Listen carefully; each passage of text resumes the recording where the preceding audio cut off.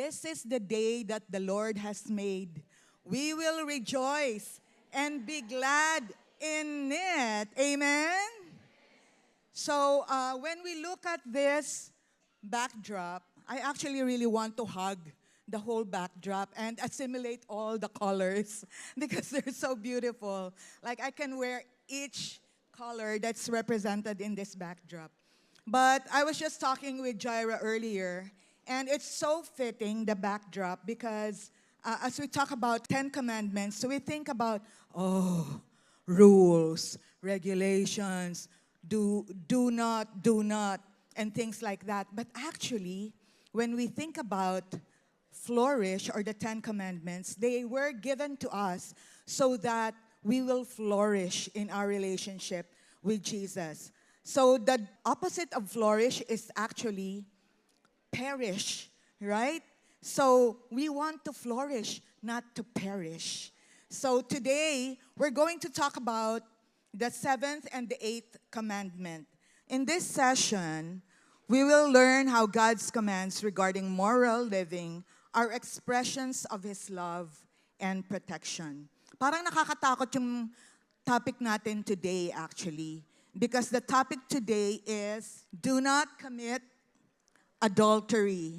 And then the eighth commandment is, do not steal. Parang, nakakatakot, di ba? But we will talk about the seventh commandment first. So, do not commit adultery. Let's be honest for a moment. Most people don't wake up thinking, oh, today, I'm going to commit adultery. Or I'm going to steal. Wala, di ba? No one among us think that way. We don't include it in our schedule or in our planner. 10 a.m., I will have coffee. 2 p.m., I will steal. And then 4 p.m., I will have an affair. Hindi tayo ganon. We don't schedule it like that. Yet, small compromises, hidden choices, and harmless decisions have a way of slowly leading us there. The truth is, these commandments aren't just about big, dramatic sins. They're about everyday choices that shape whether our lives actually flourish or perish.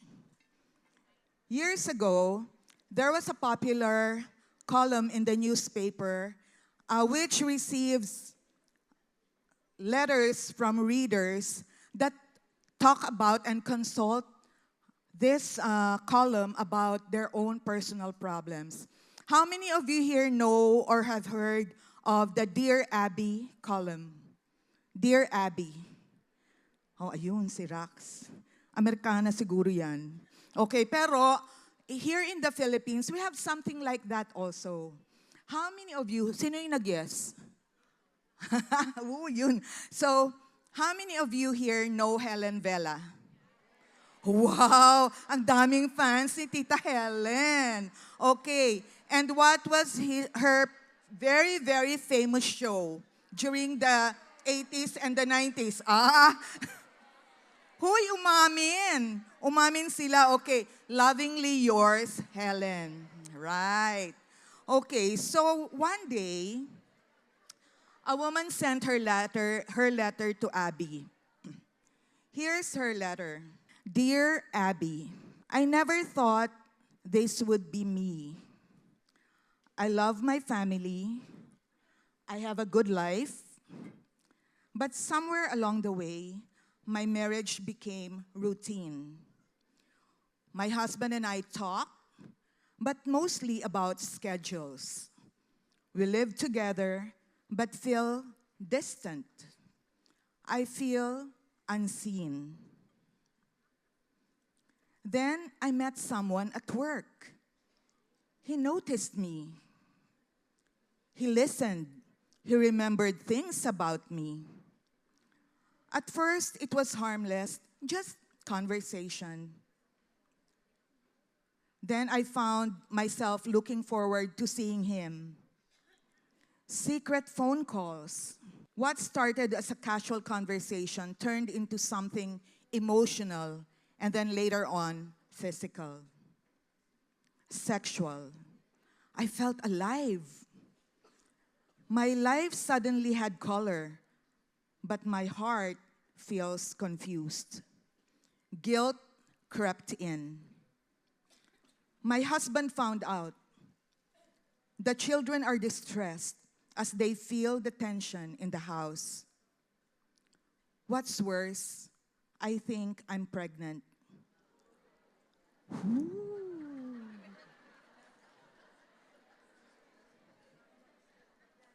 Mga chismosa talaga kayo, ha?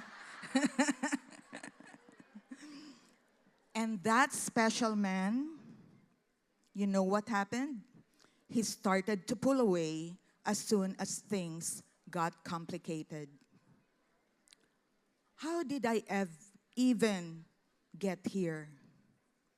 Confused, lost, and heartbroken. Sabi natin, ay, naku, shock tayo. But we've all seen public stories. Celebrities, leaders, even people in ministry, our friends, our family members, whose lives looked successful on the outside, but hidden choices eventually came to light. Marriages broke, reputations fell, families were deeply hurt, not because they were worse than us, but because they followed the same path any of us could take if we're not careful. Let me share a real story from The Joy of Faithful Obedience by Dr. Bill Bright, where we base this series on the Ten Commandments. A respected Christian leader was once asked, if Satan were to destroy you, how would he do it? And then sabi nung Christian leader, not through my personal relationships. No, no, no. Because that's one area I'm very strong at. Guess what? A few years later, he fell into adultery. If you think you are standing strong, be careful not to fall, according to 1 Corinthians 10:12. That tells us something important. None of us is above falling. It could happen to the best of us if we're not walking in the power of the Holy Spirit. It's very sobering, no? But it's the truth. It's the reality. Dr. Bill Bright, in his book, The Joy of Faithful Obedience, where we base this series, writes, avoid adultery, fight fornication. Ano ba yung difference ng dalawa?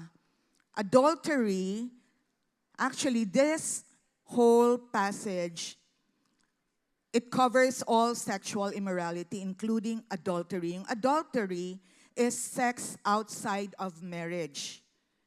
So yung mga extramarital affairs, yung mga the other woman, di ba? Yan yung mga uso ngayon na show sa TV eh. And then number 2, yung fornication naman is sex before marriage.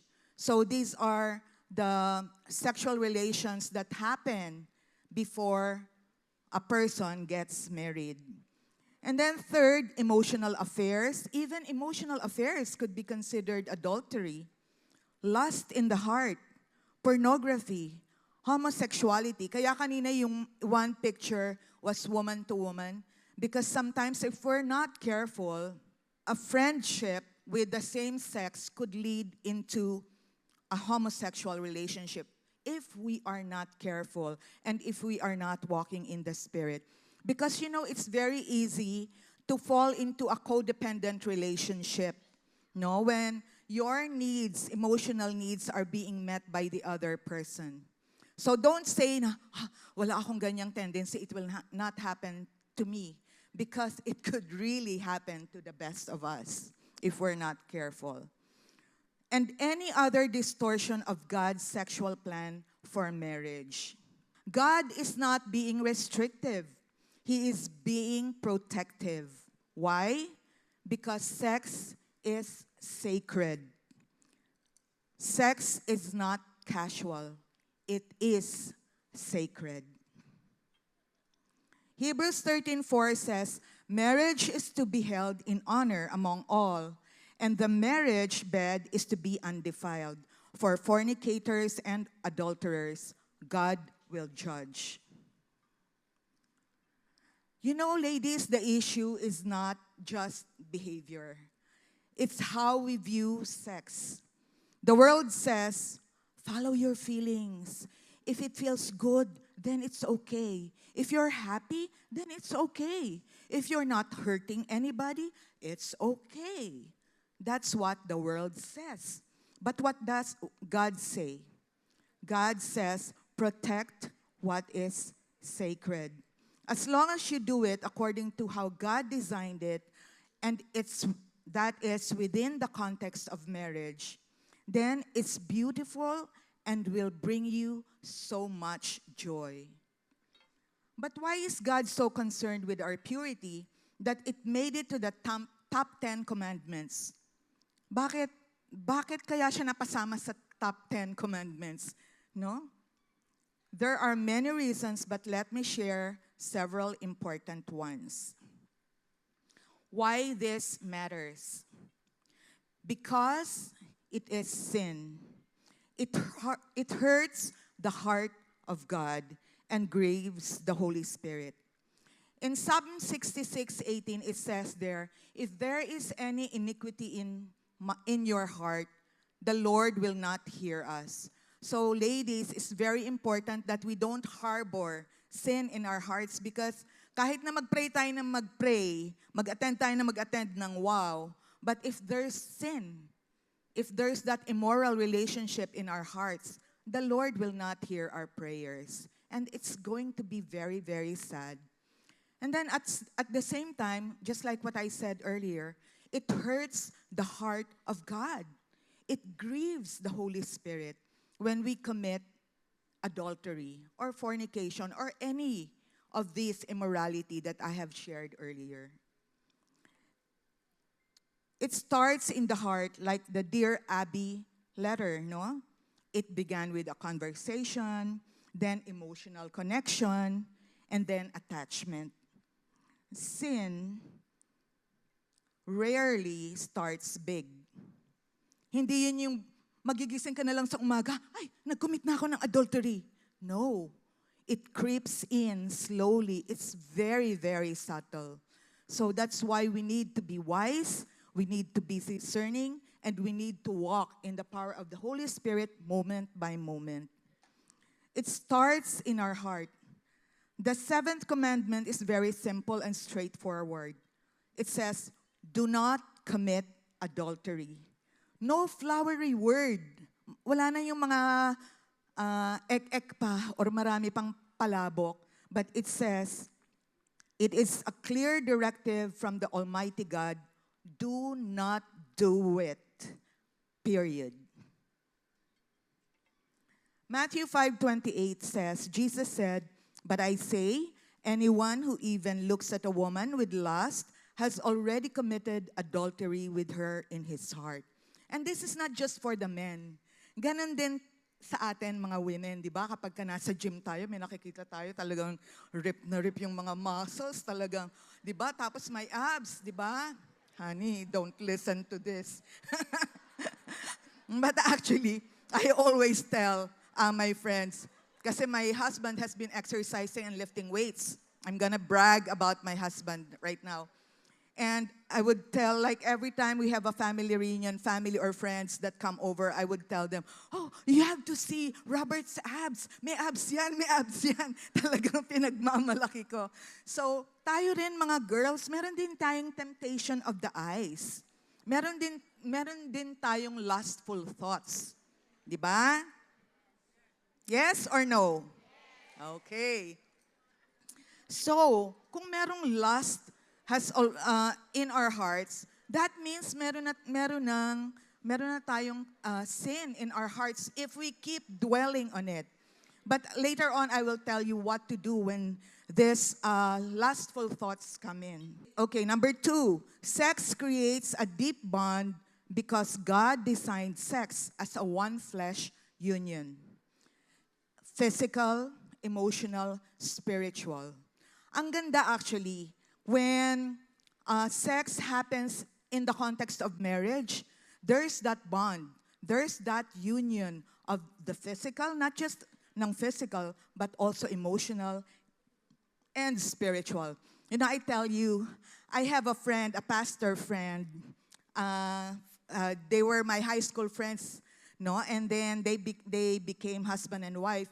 And because we're very close, sometimes we talk about intimate relationship and, you know, the best practices in marriage. And then one time, he told us, you know, every time we have sex, we make love, we pray first. Sino ba sa inyo nagpe-pray first bago mag-make love? Wow, sister! Hallelujah! Okay. So, but it's really wonderful because, you know, it's the consummation of a wonderful gift from our heavenly loving Father. Naku, may nag-aminan na. May mga umamin na. Okay? Okay, so kaya siya spiritual. Because it's like telling the Lord, Lord, thank you for this gift. I am so grateful for this wonderful gift. Okay? So sex creates a deep bond because God designed sex as a one flesh union. Kaya 'di ba, sabi sa Ephesians 5:31, the two shall become one. Parang umingay. Biglang umingay. Okay.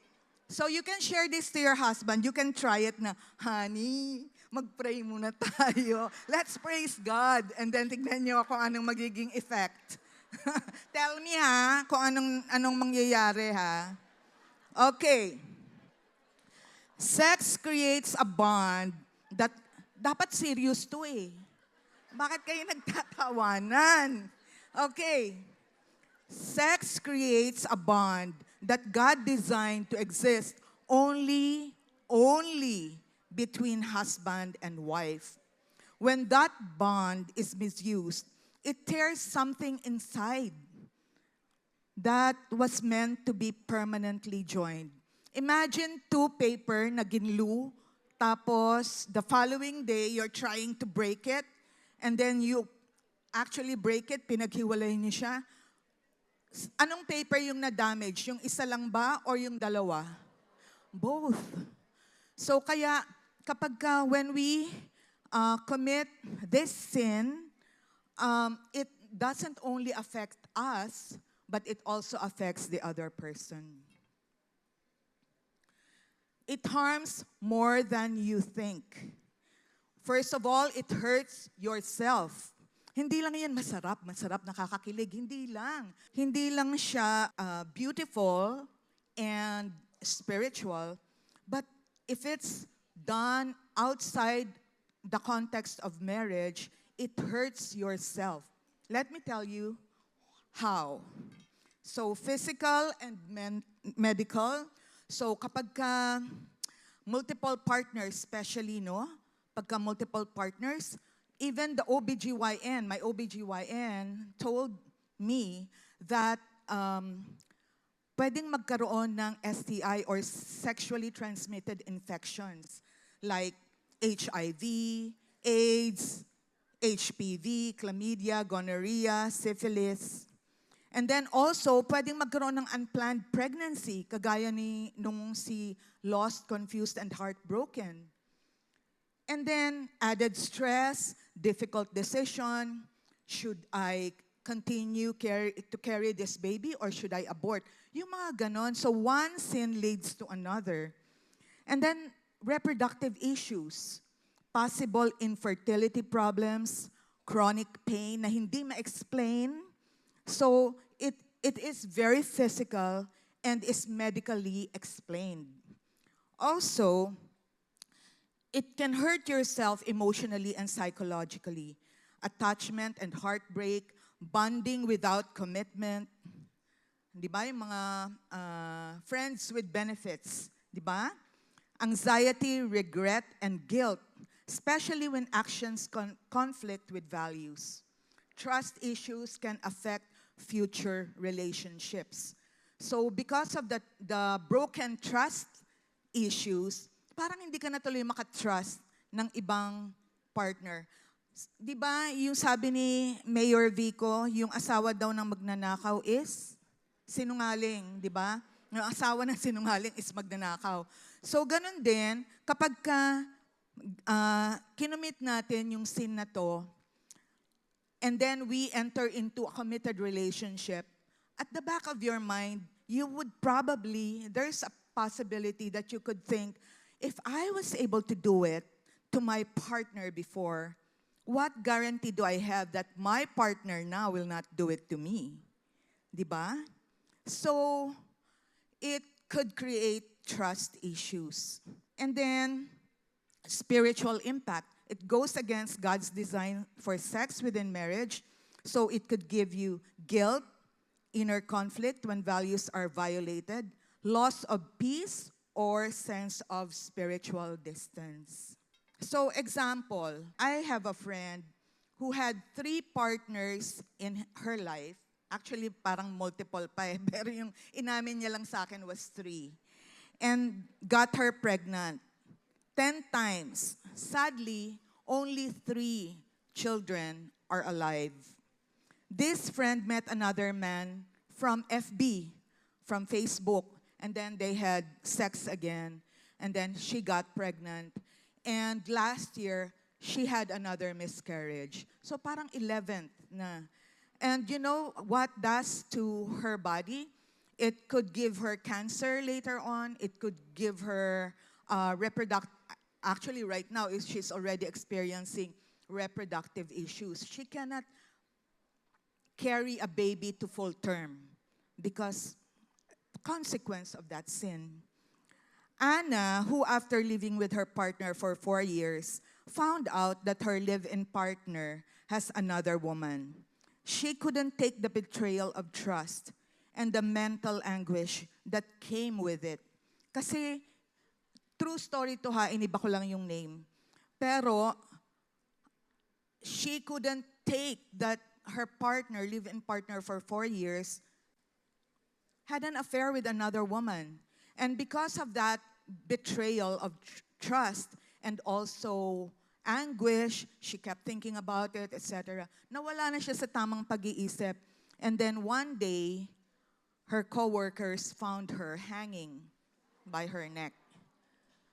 So true story yan. That's why ladies, don't do it. You will hurt yourself. In 1 Corinthians 6:18, it says, "Flee from sexual immorality. All other sins a person commits are outside the body, but whoever sins sexually sins against their own body." Adultery doesn't just hurt, it rips through lives. Let me say this plainly. Adultery is never contained. It never stays just between the two parties. It always spills over. And when it does, it wounds deeply. It breaks trust. Trust in marriage is like glass, clear, strong, beautiful. But once shattered, even if you try to piece it back together, the cracks remain visible. I know a woman who said this through tears. I forgave him, but I don't sleep the same. I don't trust the same. I don't feel safe the same. Healing is possible, sisters, but it's not automatic. It takes time. It takes humility. And honestly, it takes the supernatural grace of Jesus to rebuild what was broken. It hurts families. Adultery doesn't just create problems, it creates chaos. Week after week dito sa CCF, we hear stories, not of small damage, but entire families unraveling. Sometimes it takes just one affair to shatter what once looked like a happy home. Other times it becomes a pattern, a cycle that leaves a trail of broken relationships behind. I remember a friend who said something that stunned me and my other friends. She said, "You know, I have 38 siblings." Okay talaga tong audience na to. Very interactive. So sabi niya, "You know, I have 38 siblings." And then she said, "Because of my dad." Chick boy yung dad. Chick boy. 38. That's not just a number, sisters. Hindi lang yan number. That's a legacy of brokenness multiplied over generations. Adultery doesn't stay hidden. Oh, nagchismisan na naman. Umingay na naman. Okay. Adultery doesn't stay hidden. It echoes through generations. And then it affects children. Children may not always understand what's happening, but they feel it. Let me share something personal. You know my husband, Robert. We got married at a later age. I was 43, he was 52. It was the first marriage for both of us. When people asked him, why did you wait so long before you got married? His answer is always honest, but painful. I grew up in a broken home. My dad had other women. There was constant fighting. I was afraid to get married because I thought maybe I didn't have it in me to have a good one. That's the impact of adultery, not just in the moment, but in the mindset it plants in children. Fear, doubt, hesitation, wounds that last into adulthood. But praise God, his story didn't end there. God redeemed what was broken and changed his heart. We're celebrating our 21st year anniversary this year. Hallelujah! Sin never stays small. You see, sin doesn't just affect the person who commits it, it spills over into marriages, into families, into children, into future generations. What may feel like a private choice today can become someone else's lifelong pain tomorrow. In Ephesians 5:28 to 30, can we all stand and read this with me? So sinabi dyan, so husbands, but it could also say wives, okay? So let's read it. So husbands ought to love their own wives as their own bodies. He who loves his wife loves himself. For no one ever hated his own flesh, but nourishes and cherishes it, just as the Lord does the church.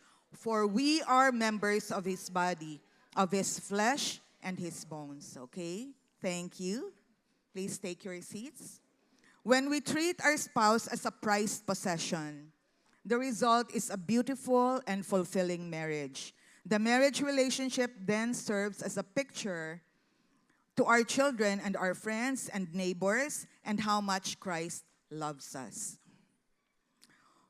Pero what is there about adultery that makes so many people so susceptible? Ladies, did you know that next to eating and self-preservation, sexual desire is our strongest impulse? Oh, so kaya hindi lang ice cream at saka cakes and self-preservation, but sexual desire or sexual lust is our strongest impulse. Most often, adultery is not just a slip-up, but a series of bad decisions that can lead to ruin. Adultery, like most sins, starts in the mind, heart, and slowly that small voice which urges us to take it a little bit farther, take it a little bit farther, hanggang nag-cross na doon sa boundary. So it is a series of small decisions that have chaotic result later on. So for the wives, alam na natin, kanina ko pa sinasabi na yung extramarital affairs, it would hurt us, it would hurt our families, it would hurt our children, it would hurt our friends, our church. Pero ganun din sa mga single ladies. Single ladies, this message is also for you. Kasi yung sexual desire, hindi naman yan dumadating kapag ka nag-asawa ka lang. Kahit ngayon pa lang na single ka, meron na yan. And I can say this from experience because I was single for 43 years. So meron talagang temptation.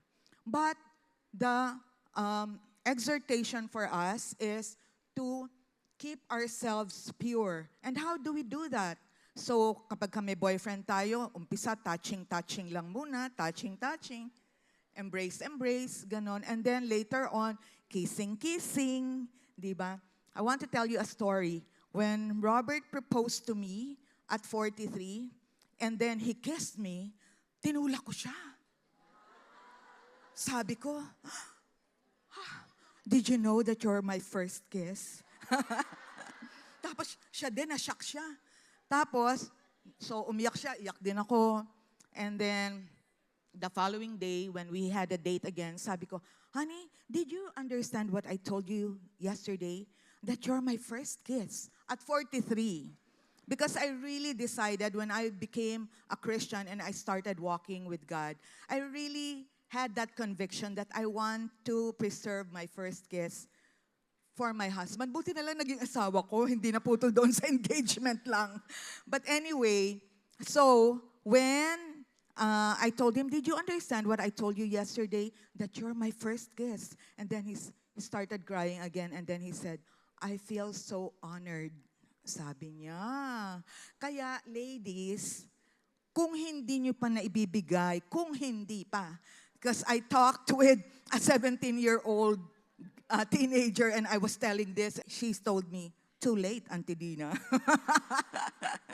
So, pero kung hindi nyo pa nabibigay, please preserve it for your husband. It will honor your husband. So, yung BF, touching, kissing, and then later on, petting, and then later on, going all the way. Diba? Do you remember the story of Joy Tanchi Mendoza? Diba? Sabi niya, they had a break for a year, I think, dahil they were doing things that were not pleasing to the Lord, so they decided to break off first. So that was a good way of avoiding sinning. Okay, how to avoid adultery? Nako, kailangan natin bilisan. Guard the attitude of your heart. Adultery doesn't start with an action. It starts with a drift. A thought you entertained, a feeling you didn't check, a boundary you slowly moved. That's why Jesus says in Mark 7:21-23 that sin begins in the heart. Kapag may time kayo, please take note of that verse because it talks about where all the sin that we can imagine of starts from. It starts from the heart. So we have to ask, where is my heart going? Because whatever we keep feeding it, what we watch, read, talk about, that's where it will go. That's why we need God's word. It reshapes our hearts and remind us who we are. We're not lacking love, sisters. Our identity is already secure in Jesus, the true lover of our soul. He sees you, delights in you, and has something better prepared for you. No one else can outgive what He already offers. He doesn't just fill our cup, He overflows it. So ayan yung Mark 7:21-23. That's why sins begins in the heart. So we have to ask, where is my heart going? Yung second way to avoid adultery is to not rationalize your sin. One of the biggest mistakes we make is thinking that will never ever happen to me. But you know, ladies, given the right situation, we're more vulnerable than we think. Most affairs don't start intentionally, they start innocently. A friendship, a conversation, someone who listens, and friendship isn't wrong until you start seeing each other differently.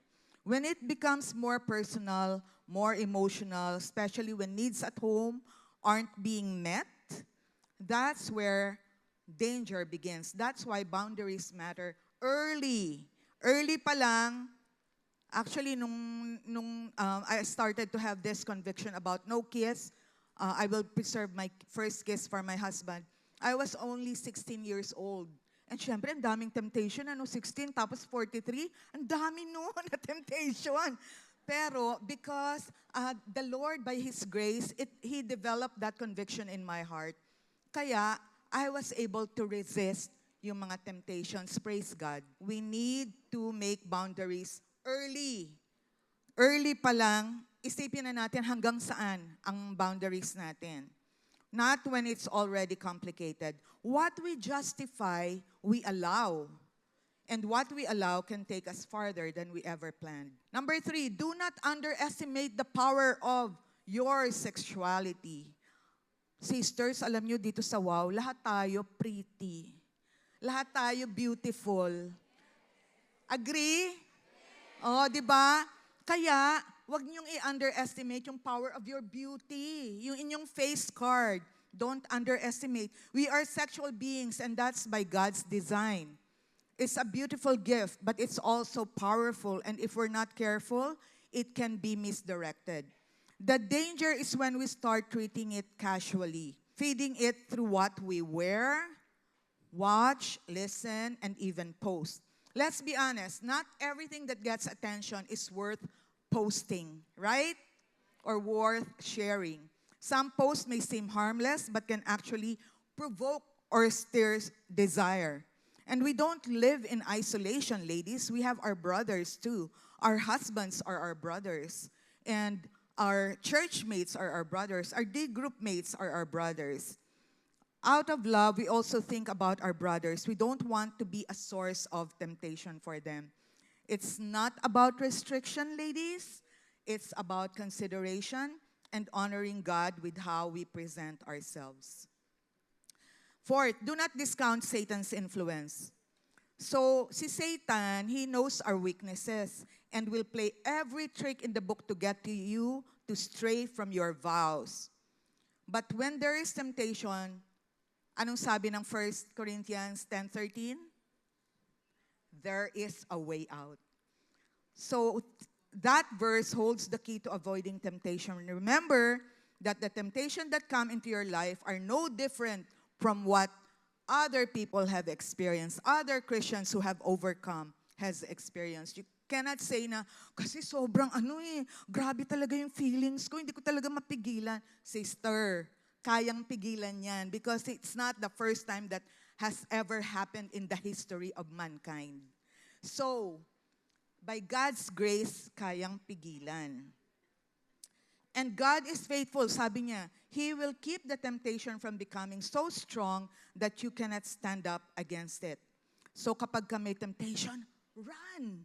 Nandoon yung temptation, run, hindi dito. So nandito si Jesus. So we run to Jesus. And we say, no, Satan, don't manage, don't explain, run. Minsan kasi na-explain pa o kaya minamanage, kaya nagpo-fall tuloy. Okay, then beware of inappropriate relationships. Mga sister, kapag kayong mga asawa natin, when our husbands or our spouses or our closest sister tells us, sister, parang may napapansin ako don't take it personally, don't be defensive. Listen, because maybe the Holy Spirit is already trying to talk to you, but you are ignoring the Holy Spirit and He's using your husband and or a very close sister to tell you na nabablind side na tayo ng feelings natin. So, beware of inappropriate relationship and listen. Listen to our husbands and our best friends. Strengthen your marriage. Communicate, reconnect, be intentional. Don't let unmet needs become open doors. Very, very important. When you have a need that you feel is not being met, talk to your husband. Alam nyo, yung isang tip, sa aming dalawang mag-asawa, kapag sinabi ni Robert, when you use this phrase, honey, can we sit down and talk? And then I say, I need you to do this or to hear this. He would really take it seriously. So if you haven't tried talking to your husband about it, try nyo. Sabihin niyo, honey, can I talk to you about something very, very important to me? And our husbands, mga softy naman yan eh. They will listen. Okay, life application. The 7th commandment is an all-inclusive directive to avoid all sexual immorality, including infidelity, homosexuality, pornography, and any distortion of God's sexual plan for marriage. What's our role? So sabi naman natin, kasi women to women. So ano naman ngayon ang role natin? Kapag meron tayong napapansin na parang nagde-drift na, pagchichismisan ba natin? Sister, meron akong prayer request kasi si sister, nakita ko, may kasama. Nako, patay na. Okay, what's our role? Be our sister's keeper. So start with humility, not judgment. Jesus' teaching in Matthew 7:3-5 reminds us to examine our own hearts first. That doesn't mean ignoring sin, but it shapes how you approach her. A helpful posture is, I care about you deeply and I want what's best for you. Not, you're doing something wrong. Ganyan, nakakahiya, yung ganyan. So, be very, very careful. And then second, go privately and gently. Matthew 18:15 encourages addressing issues one-on-one first. Keep it private, calm, and not non-accusatory. And you can only do that when you pray first before talking to a sister. 3, speak truth but with grace. Ephesians 4:15 talks about speaking the truth in love. That means don't avoid the truth. It's clear if it's clearly unbiblical, but also don't weaponize Scripture. Minsan kasi may tendency tayo, no, especially kapag marami tayong alam na verses, that we weaponize it. Do not commit adultery, do not fornicate, etc., etc. Instead of approaching it with love and grace. So focus on God's design for love, covenant, and dignity, the possible emotions or spiritual consequences, not just rules. Okay, ask questions instead of making accusations. How are you feeling about your relationship? Do you feel at peace about it? What do you think God is saying to you in this season? This invites reflection rather than forcing correction. Be prepared for resistance. Hindi lahat ng kakausapin natin tatanggapin yan. So sometimes they will like, how dare that sister to talk to me about my morality? Yung ganyan, talagang very indignant, no? So your friend may get defensive, withdraw, disagree. Sisters, our responsibility is faithfulness, not control. You cannot change her, only God can. Right? Stay present. Don't withdraw love. Minsan kapag meron sister tayo that have fallen, iniiwasan natin parang, nag-iisa na lang siya doon sa table namin kasi ayaw nang mag-associate with her. Please, stay present. Don't withdraw love. Continue to check on her, include her, show genuine care. You know, one of the biggest mistakes is cutting someone off unless they agree with you. Look at how Jesus treated people like Mary Magdalene. Truthful, but deeply compassionate and relational. So yon, continue to check, include, show genuine care. And then, very, very important, pray consistently and quietly. This is not a small thing, it's very essential. Pray for her clarity and conviction, protection from harm, your own tone and timing. Pray for yourself also before you speak to this sister. Know when to involve wise counsel. Kapag ayaw talagang makinig and you're seeing that it's really destructive to the person, consider allowing or involving a mature, trusted believer carefully, not for gossip, but for support. Okay? So, kung meron kayong ganito ngayon, I'm sure there are some people who are probably hurting right now in this room because they have they're on the verge of falling or they have already fallen. Sisters, it's not the end of the world. You know, the old has gone, the new has come. You are a new creature. Jesus Christ loves you so much. There is forgiveness. Di ba sabi niya kanina, Jesus is calling, Jesus is calling. The Father is reaching out to you with His arms open. Don't hide, but go to Him. And if you are in that situation right now and you don't know what to do, please talk to your D group leaders or your facilitator. And if the facilitator cannot help you, please, facilitators, talk to the other leaders, the core of Women to Women, or even Diona, or me, or Jaira, and we can help you, direct you to a trained counselor that can help you go through the restoration process. Don't just say, I'm hopeless. I keep doing the same thing over and over again. Sisters, you can put a stop to it. The Lord wants it. It's His will for you to stop. So He will give you the grace to be able to stop. A simple way to summarize your role is you are not the judge, not the savior, not the fixer. You are a loving mirror, a gentle voice of truth, a steady presence, and a prayerful intercessor. Remember, sisters, silence is not love. Truth spoken gently is. Okay, ngayon naman, punta tayo sa do not steal. Eto, mabilis na to. Mixed signals. Do not steal. We are angered. Galit na galit tayo because of the flood control. Flood control scam. Yeah? We are angered by the obvious and blatant stealing from the people's money as exemplified by this flood control scam. But what about when we cheat on our own income taxes? O kaya, how about employees stealing from their employers through lying about work hours na, sir, pumasok naman ako ng 8 hours, kahit na 5 hours lang talaga. Okay, making personal long-distance call, using company vehicles and gas on personal trips, or using credit cards for personal groceries, etc. Meron ba sa inyo? Huwag nyo itaas ang kamay nyo. Okay.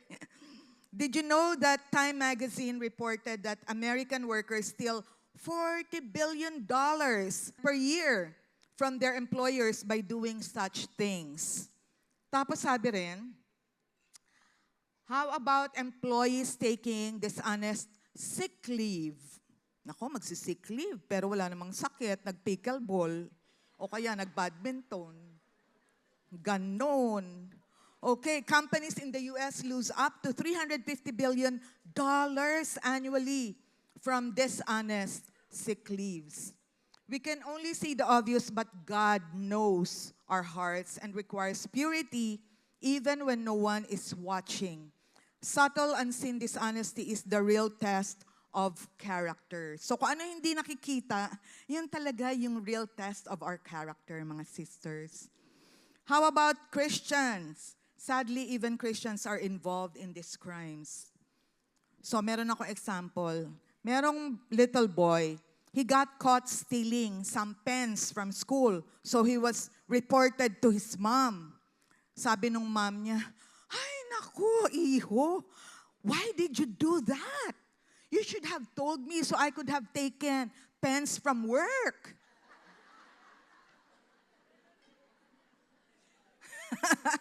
Natatawa tayo pero maybe some of us are doing it. And not intentionally, but, as a habit. Why Christians steal, defraud, and manipulate? Because lack of trust in God. Sabi sa Matthew 6:31-33, tayo ulit tayo. Okay, so don't worry. Let's read 1, 2, 3. So don't worry about this thing, saying, what will we eat? What will we drink? What will we wear? These things dominate the thoughts of unbelievers, but your heavenly Father already knows all your needs. Seek the kingdom of God above all else and live righteously, and He will give you everything you need. And He will give you everything you need. You may take your seats. So even the birds do not worry about where to get food. Meron ba kayong nakitang ibon na lumilipad na aligaga na, naku, saan na kaya yung pagkain ko? O kaya yung flowers na parang hirap na mag-grow kasi hiyang-hiya siya dahil wala siyang damit. Pero sabi dyan sa Matthew 6:30-33, actually, Consider the lilies of the field. Meron silang damit. Ang ganda nga ng damit ng mga flowers, di ba? Yan o. Ang ganda, di ba? Parang even more beautiful than silk. Tapos yung mga birds of the air. Pagka lumipad-lipad lang sila, huy, merong berries, huy, merong ano. So, the Heavenly Father provides for them. So, kung tayo, we're not trusting God to provide ourselves, ang tendency nga natin, kukuha, we will steal or get something that is not ours. Be lack of respect for others. Jesus replied, you must love the Lord your God with all your heart, all your soul, and all your mind. This is the first and greatest commandment. A second is equally important. Love your neighbor as well. So if we love our neighbors as ourselves, we will not steal from our boss. We will not steal from the government. Kung meron ditong government official na tinatamaan, I'm sorry po, pasintabi. Pero we will not do that because we love God and we love our neighbors as ourselves. So we want to respect them. Remember, ladies, yung mga bosses natin, meron din silang families. They also have their own dreams, their own hopes for their families, and they don't have unlimited resources. Most of all, God will not be mocked. We will not escape God's notice. Di ba yung flood control? The scam is so scandalous, which has embarrassed families and friends of the involved parties. Hidden sin often brings public shame. Di ba yung dati mga pinupost nila sa Facebook, pero ngayon wala na nagpo-post ng mga yaman nila because, you know, if you post things like that, you are in question. Is that really stealing? Okay, yan na naman si philosopher. By taking anything that doesn't belong to us. Ano ba yun? Ano ba yun? So it's not only money, but reputation, copyrighted material, credit for a job well done. So your coworker did something like had a brilliant idea, tapos the boss thought that it was your idea, and you will not correct the boss. You will just, okay. Pero actually, that's also stealing. Stealing credit for a job well done. And then, by not paying our bills or loans, sino dito yung ayaw nang magpautang kasi hindi naman binabayaran? Naku, wala pala akong pwedeng utangan dito. Okay, so yung our loans, we need to pay them, sisters. So our bills, we need to pay them. By not paying our tithes to God, we are only stewards. God is the owner. Everything that we have is God's. And God's only requirement is just 10%. Actually, He could have taken our breath. Diba? But He is allowing us to live and enjoy this life and this earth because of His grace. So, what is paying our tithe to God? 10%. Actually, if I have time later on, I would love to speak about generosity because this is what my and my husband's heart for the Christian community, that we will all be able to be so generously giving to missions so that we could fund the Great Commission, so that the Lord will come back soon and take us with Him to heaven. By not working as we should for our employers. So, sino dito yung mga, pwede na yan, okay na yan. So, not doing excellent work is also a form of cheating or stealing. And then by oppressing our employees. You know, the worker is worth his due. So, yung mga people that are asking for, especially yung mga people that don't have a lot, and then when we buy something or ask for their services, we keep tawad ng tawad. Yun na lang nga yung kinakabuhay nila. So when we don't pay fairly and generously, we are also stealing from others. We are oppressing our employees. So theft comes in many forms and is always wrong. God asked the question, for what will it profit a man if he gains the whole world and forfeits his soul? There is nothing in the world worth gaining that interferes with our future in heaven. The solution to stealing. Ito yung story ng two criminals, di ba? How many here are familiar with the story of the two criminals na nakapako sa both sides ni Jesus? Di ba yung isa sabi, oh, wag ka nang mag-ano dyan, wag mo nang pansinin yan kasi if He is really God, He can save us and save Himself. Tapos sabi nung isa, uy, wag mong sabihin yan. Hinirebuke niya yung isang thief. And then He said to Jesus, Jesus, remember me when you come into your kingdom. And what did Jesus say? Jesus replied, I assure you, today you will be with me in paradise. Some of the last words Jesus spoke in His earthly body demonstrates His power to forgive up to the last seconds of His life. But what is equally interesting is that the first person to follow Jesus through death and into eternity was a thief. When we put our lives in His hands, we will experience forgiveness and abundant life we do not deserve. Jesus still forgives thieves, even up to now. His forgiveness doesn't run out, and it doesn't have a quota. It's forever overflowing. There is no life so corrupt that God cannot use it. Have you been taking something that is not yours? If you have a habit of stealing in some way and need forgiveness, come to Christ right now and confess your sin. God will forgive you completely. Then ask Him to begin to use you in a new and honest way to bring glory to His name. Sisters, you will be amazed how God can use a broken vessel if you are going to approach Him, confess your sin, thank Him for His forgiveness and His death on the cross, that He paid the penalty for our sins, past, present, and future. So I want you all to please close your eyes right now, and we will practice spiritual breathing. You know, when we breathe physically, we exhale, we inhale. By faith, you can continue to experience God's love and forgiveness. If you become aware of an area of your life, an attitude, or an action that is displeasing to the Lord, even though you are walking with Him and sincerely desiring to serve Him, simply thank God that He has forgiven your sins on the basis of Christ's death on the cross. If you retake the throne of your life through sin, a definite act of disobedience, breathe spiritually.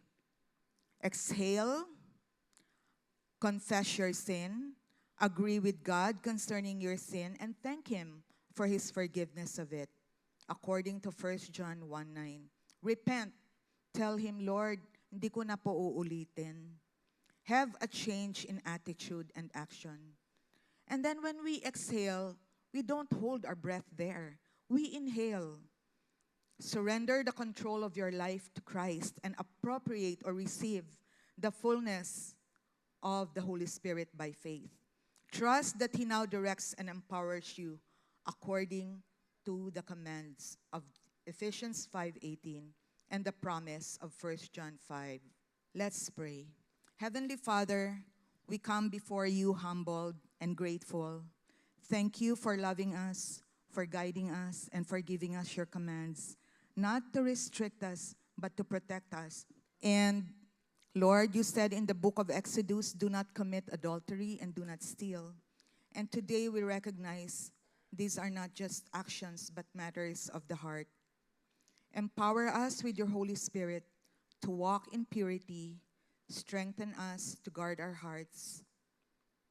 May our lives reflect your holiness, your grace, your truth. We give you all the glory, Lord. In Jesus' name, amen.